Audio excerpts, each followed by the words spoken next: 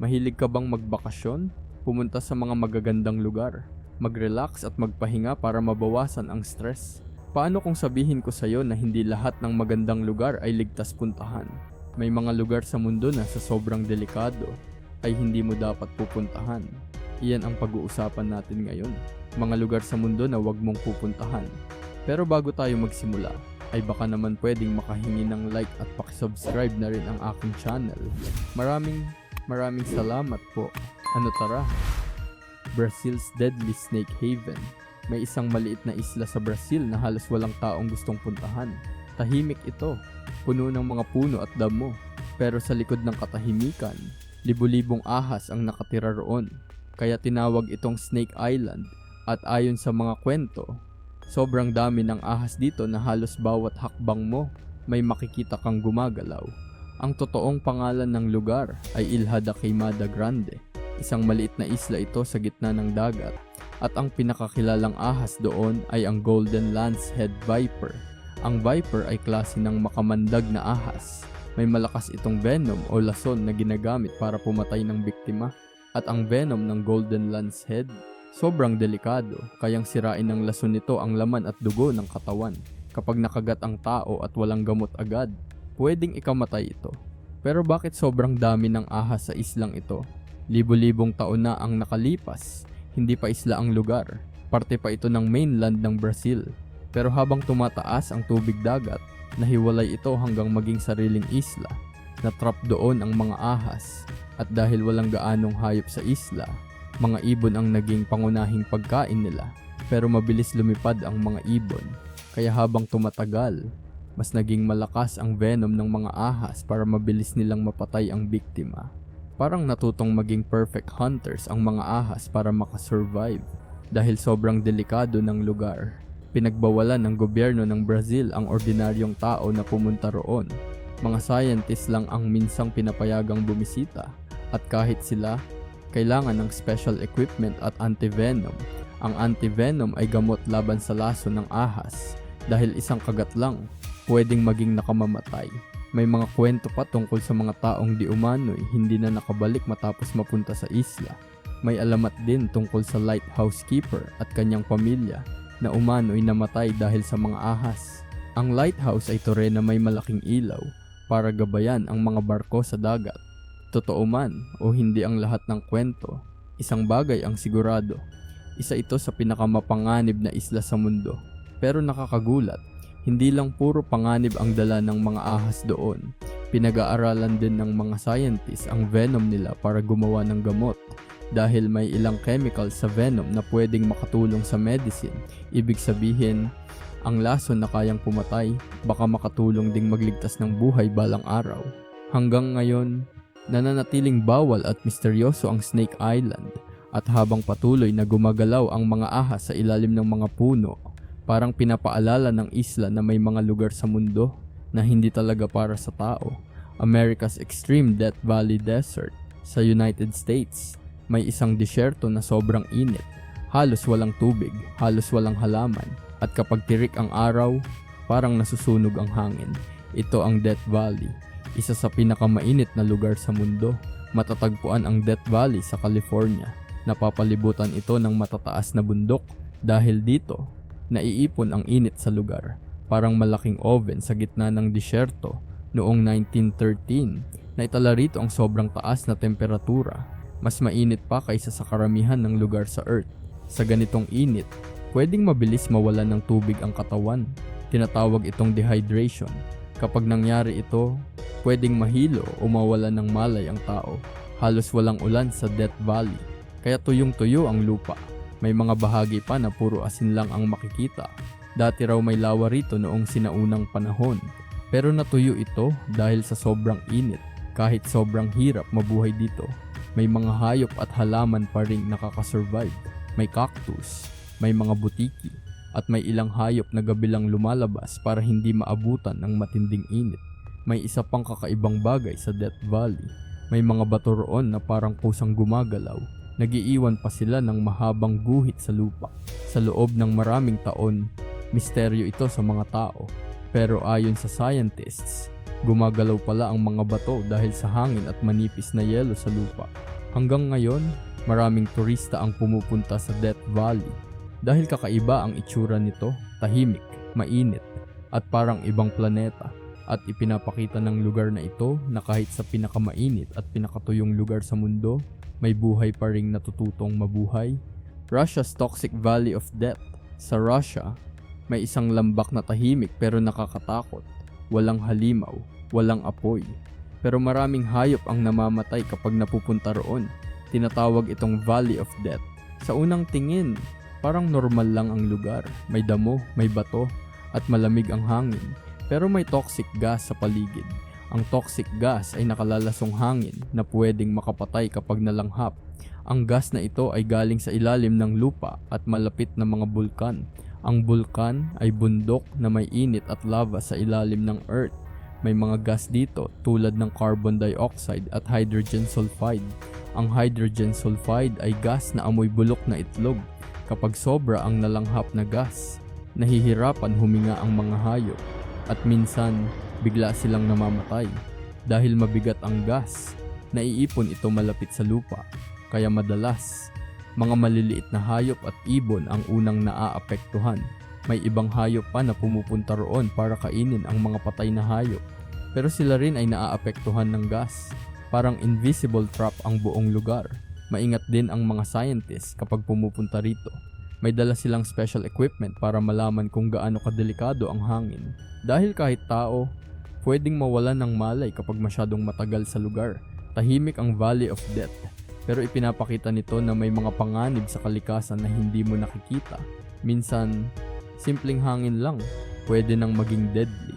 Bolivia's Dangerous Madidi Wilderness. Sa Bolivia, may isang malaking gubat na sobrang ganda, pero sobrang delikado rin. Makapal ang mga puno, madilim ang ilang bahagi, at habang naglalakad ka, parang may mga matang nakatingin mula sa gubat. Ito ang Madidi Wilderness, isa sa pinaka-wild na rainforest sa mundo. Ang Madidi ay bahagi ng Amazon Rainforest. Ang rainforest ay malaking gubat na madalas maulan at puno ng hayop at halaman. Maraming klase ng hayop dito. May jaguar, may ahas, may malalaking gagamba, at may mga insekto na pwedeng makasakit o makalason. May mga ilog din sa Madidi at may mga hayop doon tulad ng piranha. Ang piranha ay isdang may matutulis ng ngipin. Mayroon ding kaiman. Ang kaiman ay hayop na kahawig ng buwaya. Isa sa pinakamahirap sa lugar na ito ay madaling maligaw. Sobrang kapal kasi ng gubat. Kapag nawala ka, mahirap hanapin ang daan palabas. Minsan, hindi rin gumagana ng maayos ang GPS dahil sa dami ng puno. Ang GPS ay gamit para malaman ang lokasyon mo. Pero kahit delikado, sobrang importante ng Madidi sa kalikasan. Dito nakatira ang napakaraming hayop at halaman, kaya maraming scientists ang nag-aaral sa lugar na ito. Tahimik ang Madidi Wilderness, pero habang mas lumalalim ka sa gubat, mas mararamdaman mo na buhay ang buong paligid. May tunog ng mga ibon, may gumagalaw sa damo, at parang bawat sulok ng gubat may lihim na tinatago. Mexico's Deadly Crystal Cave of Naica. Sa ilalim ng isang bundok sa Mexico, may isang kuweba na puno ng higanteng crystals. Ang crystals ay makinang at matitigas na bato. Ang iba rito, sobrang laki na parang puno, parang giant glass sa ilalim ng lupa. Ito ang Crystal Cave of Naica. Natagpuan ang kuweba noong 2000. May mga minero na naghuhukay sa ilalim ng bundok. Nang makita nila ang kakaibang lugar na ito, pagpasok nila, nakita nila ang napakalalaking puting crystal sa paligid. Parang ibang mundo ang itsura, pero kahit maganda ang kuweba, sobrang delikado naman sa loob. Sobrang init kasi rito, at sobrang taas din ng humidity. Ang humidity ay dami ng tubig sa hangin. Dahil dito, hirap huminga ang tao kapag walang special equipment. Pwedeng mawalan ng malay ang isang tao sa loob lang ng ilang minuto. Nabuo ang mga crystal sa loob ng napakahabang panahon. Lumaki sila sa ilalim ng mainit na tubig na may minerals. Ang minerals ay natural na kemikal na galing sa lupa at bato. Habang tumatagal, palaki ng palaki ang mga crystals hanggang maging higante. Kailangan ng special suits ang mga scientists para makapasok sa kuweba. At hindi sila pwedeng manatili roon ng matagal dahil sa sobrang init. Pero kahit delikado, mahalaga ang lugar na ito sa science. dahil tinutulungan nito ang mga scientists na maintindihan kung paano nabubuo ang crystal sa ilalim ng Earth. Tahimik ang Crystal Cave of Nika, mainit, at kumikislap ang higanteng crystal sa dilim, parang secret world sa ilalim ng lupa. At ipinapakita ng kuweba na may mga lugar sa mundo na sobrang ganda pero sobrang hirap puntahan ng tao. Indonesia's acidic Aegean Crater. Sa Indonesia, may isang bulkan na may kakaibang asul na apoy. Kapag gabi, parang kumikislap na blue fire ang bundok. Ito ang Aegean Crater, isa sa pinakakakaibang lugar sa mundo. Ang Aegean ay isang bulkan. Ang bulkan ay bundok na may lava at mainit na gas sa ilalim ng Earth. Sa gitna nito, may malaking lawa na kulay green, pero sobrang delikado ng tubig doon dahil puno ito ng acid. Ang acid ay matapang na chemical na pwedeng makasunog ng balat. Ang sikat na blue fire ng Aegean ay galing sa sulfur gas. Ang sulfur gas ay usok na may matapang na amoy. Kapag nasunog ang gas na ito, nagiging kulay asul ang apoy. Kaya sa gabi, parang may asul na lava sa bundok, pero delikado ang lugar. Sobrang tapang ng usok. Kapag maraming nalanghap na sulfur gas, pwedeng mahirapang huminga ang tao. Kaya gumagamit ng masks ang mga workers doon. May mga miners din sa Aegean. Ang miners ay mga taong kumukuha ng sulfur mula sa bundok. Araw-araw, umaakyat sila para magdala ng mabibigat na sulfur pababa. Mahirap at delikadong trabaho ito dahil sa init at usok. Pero kahit mapanganib, maraming tao ang pumupunta sa Aegean dahil sa kakaibang ganda nito. Asul na apoy, makapal na usok, at malaking lawa sa gitna ng bulkan. Parang ibang planeta ang itsura. Tahimik ang Aegean Crater, pero ipinapakita nito kung gaano kalakas ang kalikasan.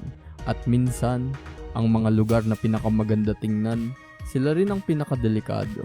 New Hampshire's Savage Mount Washington sa United States. May isang bundok na sobrang lakas ng hangin at sobrang lamig. Ito ang Mount Washington sa New Hampshire. Sa unang tingin, parang normal lang itong bundok.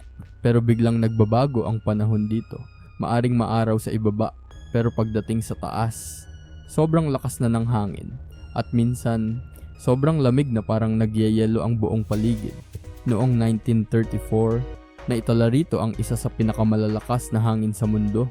Parang malakas na bagyo ang pakiramdam sa tuktok ng bundok. Kaya delikado ito para sa mga umaakyat. Kapag sobrang lakas ng hangin at sobrang lamig, mas mabilis nilalamig ang katawan. Tinatawag itong wind chill. Ang wind chill ay pakiramdam ng matinding lamig dahil sa hangin.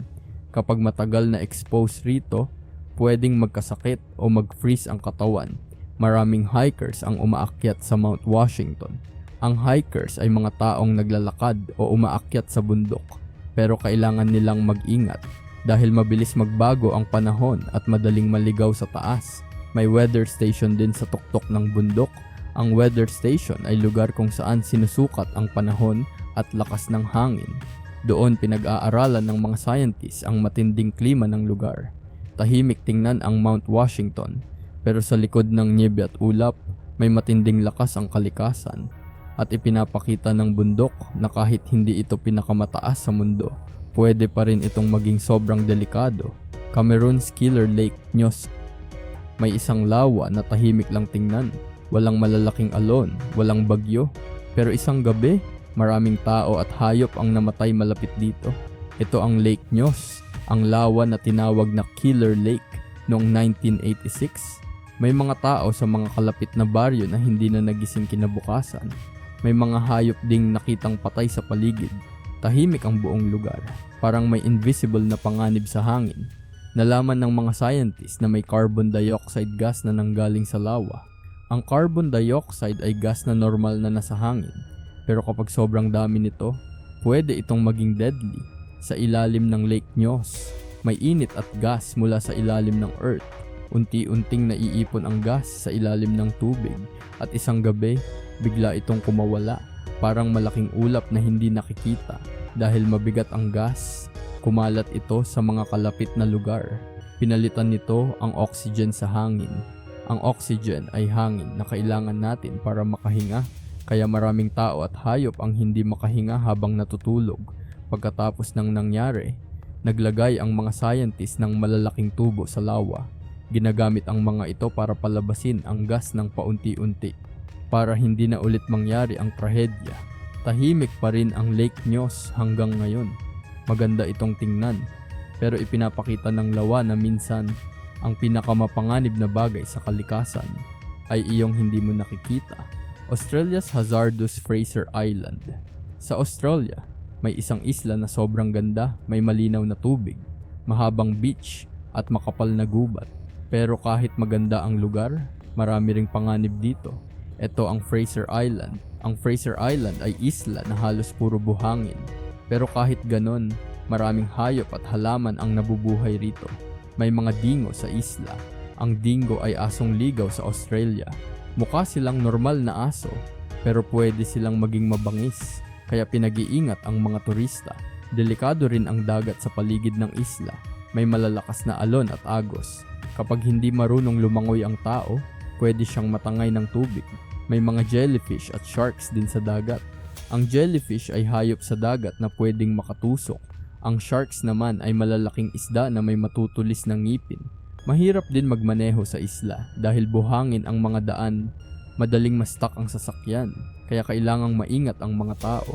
Pero kahit delikado, maraming turista pa rin ang pumupunta rito dahil sobrang ganda ng Fraser Island. Tahimik, malinis, at parang wild paradise sa gitna ng dagat. Ipinapakita ng Fraser Island na ang kalikasan ay pwedeng maging maganda pero mapanganib.